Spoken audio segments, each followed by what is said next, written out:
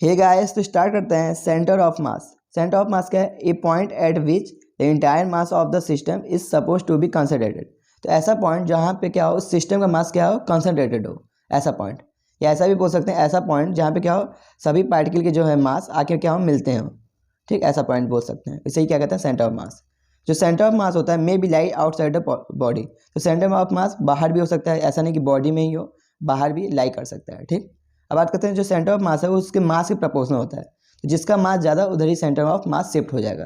ठीक, तो जैसे मान लीजिए कोई बॉडी है, ये ऐसा कोई बॉडी है ऐसा। ठीक, यहाँ पे कहाँ होगा सेंटर ऑफ मास? जहाँ मास ज़्यादा उधर की ओर शिफ्ट हो जाएगा, तो इधर की ओर हो जाएगा। ये बीच में ना होकर इधर की ओर हो जाएगा, जहाँ मास ज़्यादा उधर की ओर शिफ्ट हो जाएगा। ओके, तो सेंटर ऑफ मास का फॉर्मूला क्या है? आरसीएम ऐसे लिखते हैं। आरसीएम बराबर क्या होता है? m1x1 plus m2x2 plus m3x3 dot dot dot upon m1 plus m2 plus m3। ये है सेंटर ऑफ मास का फॉर्मूला। ठीक, अब जब इसे x और y के कोऑर्डिनेट पे फॉर्म में दिया है तो क्या होगा? एक्सीएम लिखेंगे। एक्सीएम बराबर m1x1 plus m2x2 dot dot dot upon m1 plus m2। या ycm के कोऑर्डिनेट में क्या लिखेंगे? m1y1 प्लस m2y2 अपन m1 प्लस m2। ठीक, ये है आपका सेंटर ऑफ मास के फॉर्मूले। देखिए नीट 2019 का क्वेश्चन है। क्या बोला है? Two bodies of mass 1 kg and 3 kg have position vector के i plus 2j plus K and minus 3i minus 2j plus K respectively. The centre of mass of the system has the position vector. तो हमको centre of मास का position vector पूछा है।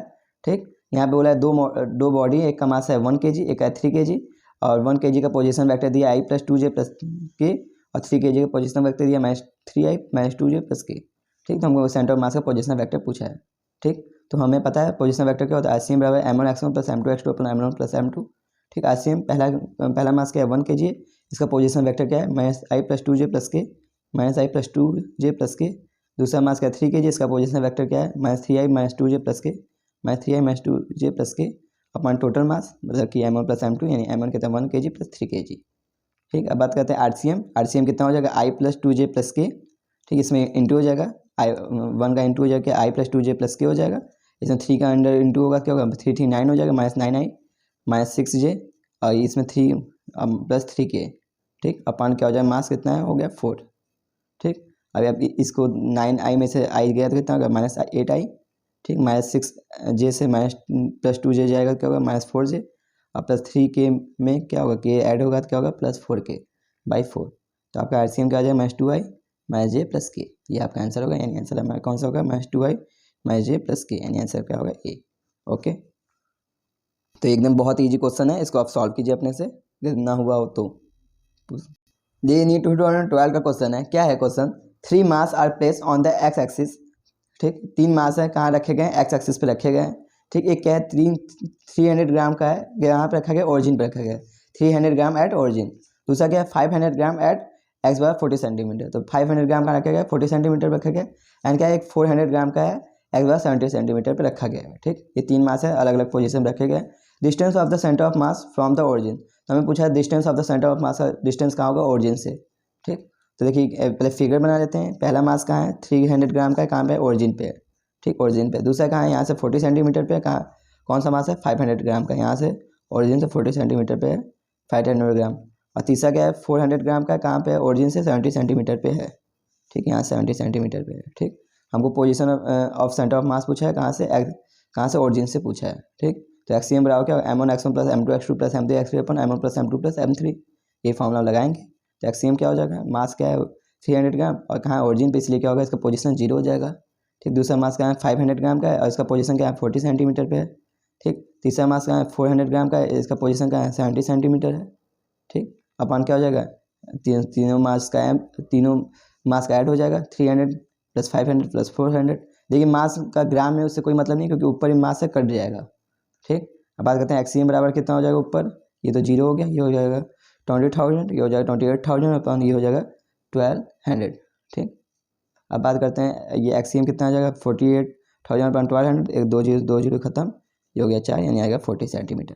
Answer क्या आएगा? ए। Okay, easy है question.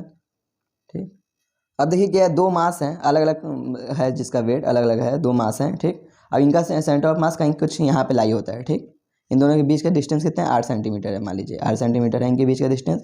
इनका centre of मास कुछ यहाँ पे लाई होगा। ठीक, जिसका मास ज़्यादा होगा उसके साइड होगा लाई। ठीक, अब पूछेगा कि पहले वाले से पूछेगा कि पहले वाले से पोजीशन क्या होगा, पहले वाले मास से पोजीशन पूछेगा, ठीक, कि सेंटर ऑफ मास का पोजीशन क्या है, या पूछ सकता है दूसरे वाले मास से इसका सेंटर ऑफ मास का पोजीशन क्या है, ठीक। तो पहले वाले मास से इसका पोजीशन क्या होगा सेंटर ऑफ मास का, इसको x1 बोलेंगे, दूसरे वाले से क्या बोल सकते हैं x2 बोल सकते हैं, ठीक। तो पहले वाले से यदि पूछ देगा पहले वाले से बताइए सेंटर ऑफ मास का पोजीशन पहले वाले मास से, तो पहले वाले मास से पूछेगा तो क्या होगा, हमेशा दूसरे का मास जिसका पूछेगा उसमें क्या होगा दूसरे वाला मास इंटू पूरा डिस्टेंस अपन क्या होगा m1 + m2। एक बार फिर से, जब पहले वाले मास से पोजीशन पूछेगा तो हमेशा दूसरे वाले का मास रखिए, पहले वाले मास से पोजीशन पूछेगा तो क्या रखेंगे दूसरे का मास, यानी m2 × x अपन x इसको r भी बोल सकते हैं, m2 × r अपन m1 + m2, ठीक।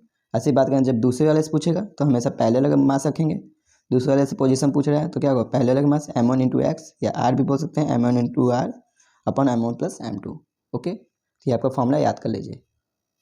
दे नीड टू 2020 क्वेश्चन है, क्या बोला है, 2 particle of mass 5 kg and 10 kg respectively are attach to a 2 end of rigid rod of length 10 centimetre.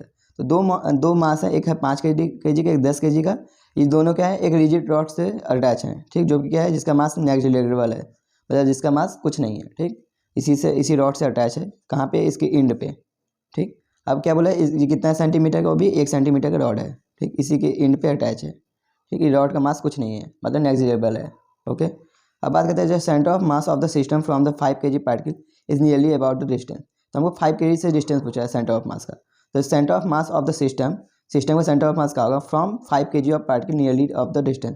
तो 5 kg से हमसे पूछा है सेंटर ऑफ मास का डिस्टेंस क्या होगा, तो जब 5 kg से पूछा तो इसका फॉर्मूला क्या हो जाएगा, x1 बराबर क्या होगा m2r अपन m1 + m2, ठीक। तो हमेशा दूसरे का मास लेंगे इंटू रेडियस अपन m1 + m2 होगा, ठीक। तो याद कर लीजिए, तो एक्सियम यानी ये 5 kg के लिए पूछा है इसलिए ऊपर क्या होगा 10 kg, ठीक, 10 का मास होगा 10 kg इंटू रेडियस, इनके बीच का डिस्टेंस कितना है 1 अपन टोटल मास 10 + 5, ठीक, यानी कि कितना है 10/15, यानी कितना आएगा 2/3, ठीक, 2/3 है, इसको हम ऐसे भी या इसको अब डिवाइड करेंगे कितना आएगा 0.67 आएगा, ठीक है, इसको सेंटीमीटर में 67 सेंटीमीटर भी बोल सकते हैं, आंसर क्या होगा बी।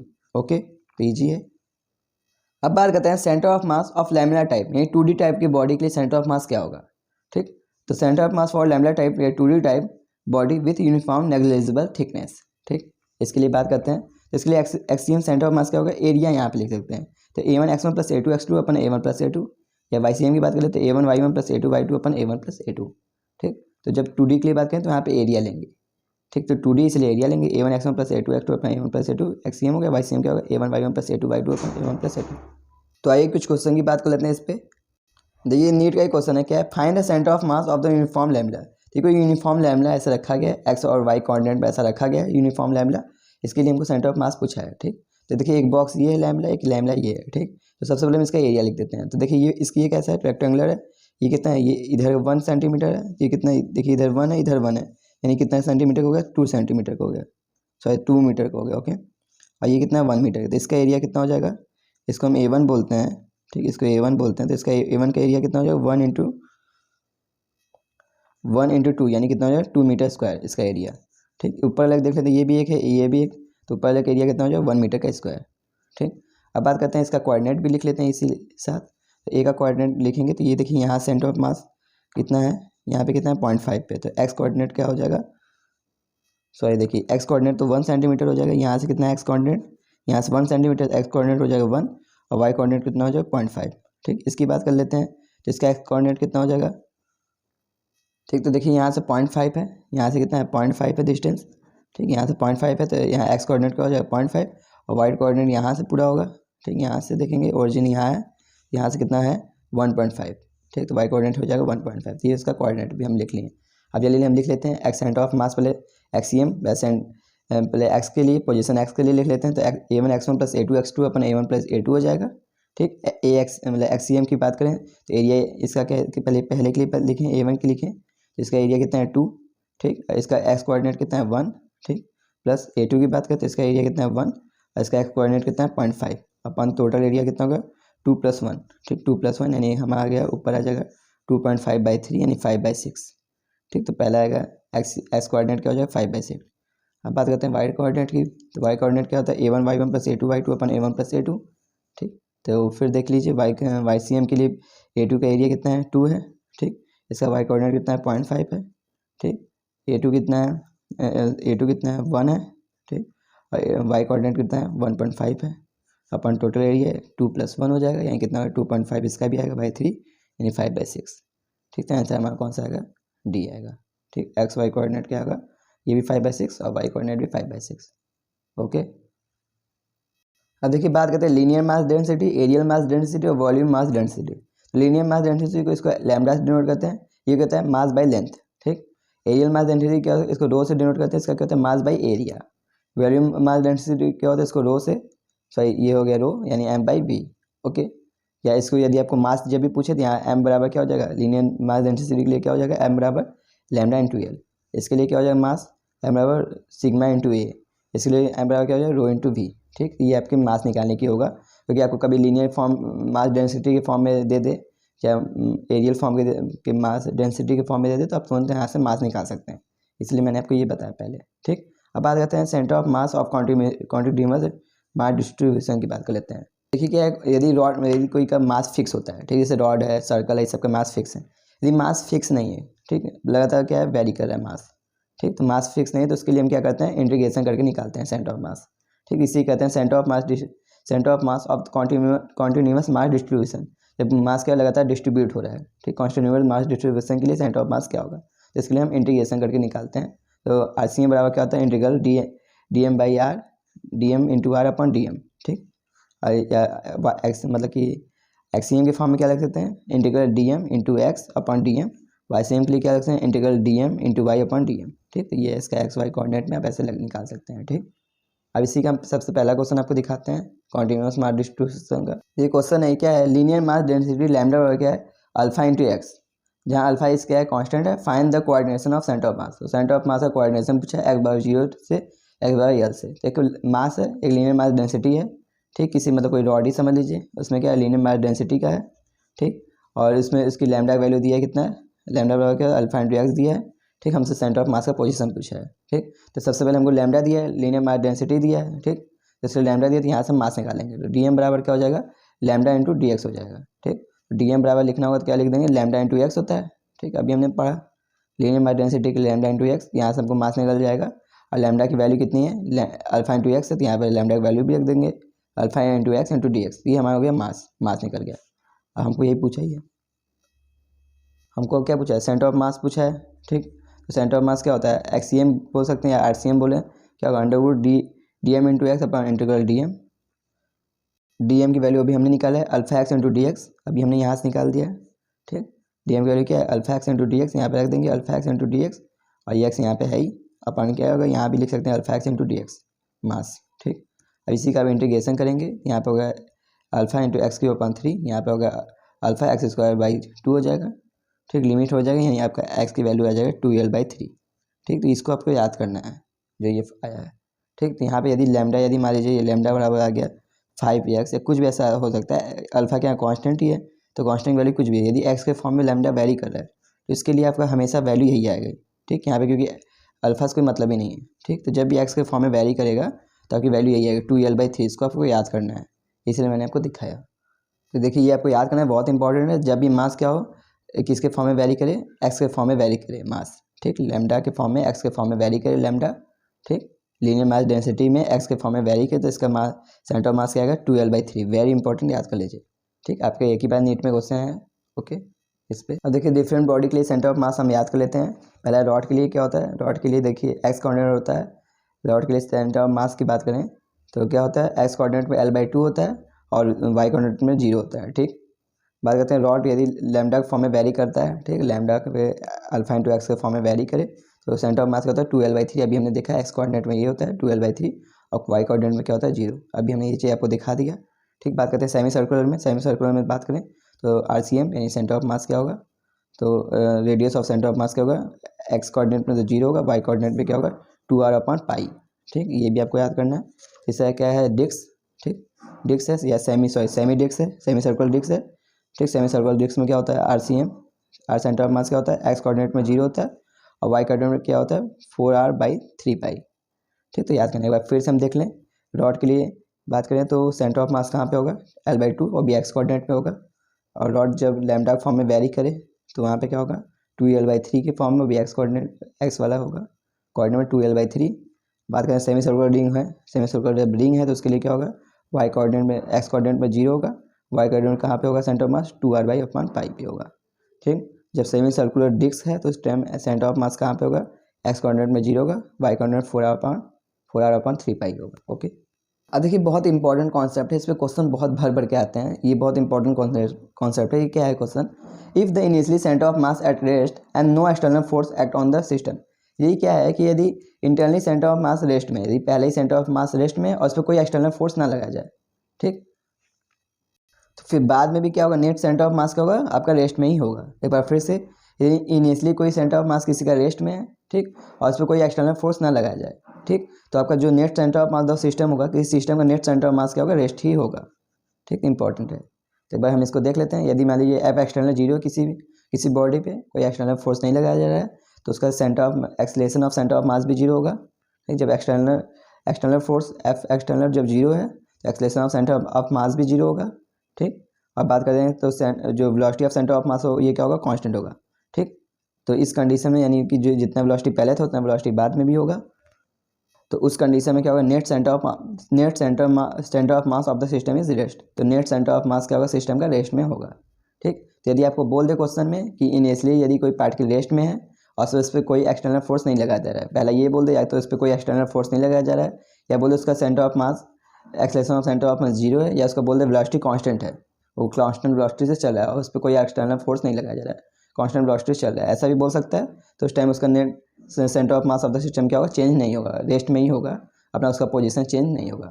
ठीक, तो उसका पोजीशन चेंज नहीं होगा, सेंटर ऑफ मास का पोजीशन जहाँ पहले था वही बाद में होगा। तो यहाँ मैं लिख दूँ एक बार यही चीज़ भी, तो position of centre of mass change नहीं होगा, जैसे पहले था वैसे बाद में ही भी रहेगा वही।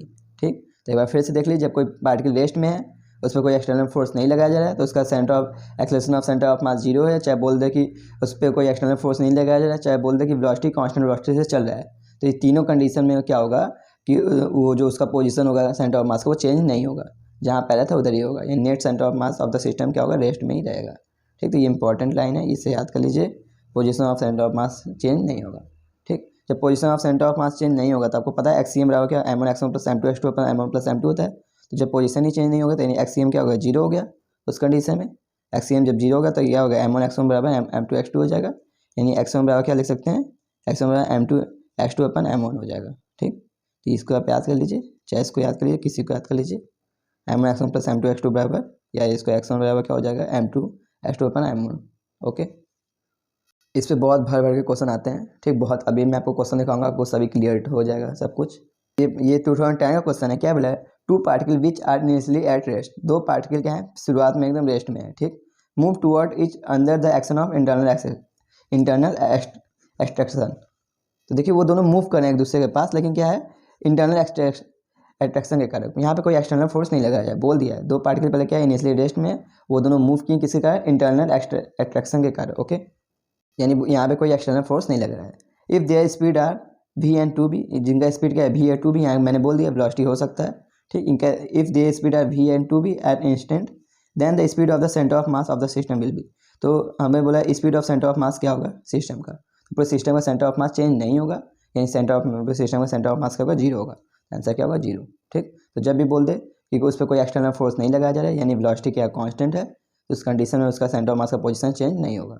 ठीक, तो आंसर क्या होगा, बी। देखिए मैन बोर्ड प्रॉब्लम है, इसको मैं ऑलरेडी कोलिजन वाला चैप्टर में बताऊंगा, इसके अगला वाला जो चैप्टर है उसमें बहुत अच्छे से बताऊंगा, पर यहाँ ये इससे रिलेटेड नहीं है, ये सेंटर ऑफ मास से रिलेटेड क्वेश्चन है। ठीक, 2012 क्वेश्चन है, क्या बोला है, टू पर्सन ऑफ मास, एक है 55 kg, एक है 65 kg respectively, are at the opposite end of the board, दोनों क्या अपोजिट एंड है बोर्ड के। ठीक, तो length of the board 3 centimetre, इनके लेंथ कितना है बोर्ड का, 3 सेंटीमीटर है, और वेट कितना है 100 kg है, 100 kg का है बोर्ड। ठीक, तो 55 kg man walk up to 65 kg man, तो 55 kg वाला जो हो गया 65 kg के पास आया। ठीक, एंड क्या सीट विद हिम, और उसके साथ बैठ गया, यहाँ पे बैठ गया इसके साथ। ठीक, if the board is in the still water, और लेकिन क्या है बोर्ड क्या है रुका ही है वाटर में ही, यानी बोर्ड ने अपना पोजीशन चेंज नहीं किया। यहाँ पे यही देखिए ये लाइन इंपॉर्टेंट है, board is steel in water, तो बोर्ड क्या है स्टील रुका ही है, ये यहाँ से मूव किया लेकिन बोर्ड पीछे नहीं गया। ठीक, जबकि हमेशा ऐसा होता है जब ये आगे चढ़ता है तो बोर्ड पीछे चला जाता है, ये हमेशा केस में होता है, लेकिन यहाँ पे बोल दिया कि जो बोर्ड है वो स्टिल रुका ही है वाटर में। ठीक, तो centre of mass of the system shifted, तो सेंटर ऑफ मास कहाँ शिफ्टेड होगा, तो सेंटर ऑफ मास का पोजीशन ही नहीं चेंज होगा, कि जब बोर्ड कहीं हिला ही नहीं जब बोर्ड में कोई मोशन ही नहीं होता तो यहाँ पे सेंटर ऑफ मास का पोजीशन चेंज नहीं होगा। आंसर क्या होगा? 0। ठीक, क्योंकि यहाँ पे कोई एक्सटर्नल फोर्स नहीं लगा, यही इधर आगे ही गया और बोर्ड क्या मूव नहीं किया, इसलिए आंसर क्या होगा? सी। ओके, दी क्वेश्चन 2004 का है कि consider a system of the two particle having a mass m1 and m2 if the particle of the mass m1 is push toward the centre of mass of the particle through a distance by d। तो क्या बोल रहा है कि दो particle हैं, एक का मास m1 है, एक का मास m2 है। ठीक, और वो बोल रहा है जो पार्टिकल है the particle of mass m1, जिसका मास m1 है, वो क्या होता है? पुश होता है कहाँ? सेंटर ऑफ मास की तरफ। और जो कहाँ कितना distance? d distance. Centre of मास की तरफ d डिस्टेंस जाता है, मतलब यहाँ से सेंटर ऑफ मास का डिस्टेंस कितना है? d है, पहले वाले से। ठीक, यही बोल रहा है। तो कहाँ है कि कहाँ मूव होता है? सेंटर ऑफ मास की तरफ मूव होता है, वो भी कितना डिस्टेंस? d distance. ठीक, by what distance would the particle of m2 move so as the keep the centre of mass of the particle as the original position. ठीक, तो हमें बोला है कि वाट क्या डिस्टेंस होना चाहिए m2 के लिए। ठीक, तो अब m2 के लिए पूछा क्या डिस्टेंस होना चाहिए कि जो मूव करे, तो m2 कितना मूव करे कि जो है सेंटर ऑफ मास है उसका पोजीशन चेंज ना हो। ठीक, अपने ओरिजिनल पोजीशन पे ही हो। ठीक, तो वही बोला है कि what distance would the particle of m2, तो पार्टिकल कितना मूव करे, m2 कितना मूव करे, so that the centre of mass of the position at the original position, तो जो सेंटर ऑफ मास हो वो अपने ओरिजिनल पोजीशन पे ही रहे।